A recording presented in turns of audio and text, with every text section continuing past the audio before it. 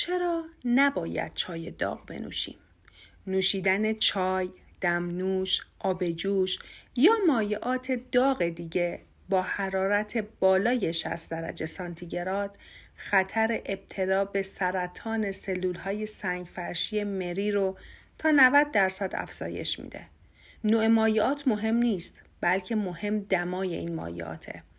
وقتی شما مایعات رو به صورت کمی خنک شده مصرف می‌کنید، هم از بروز سرطان مری پیشگیری می‌کنید و هم مقدار قند کمتری رو مصرف می‌کنید و از دو جهت به سلامتی خودتون کمک می‌کنید.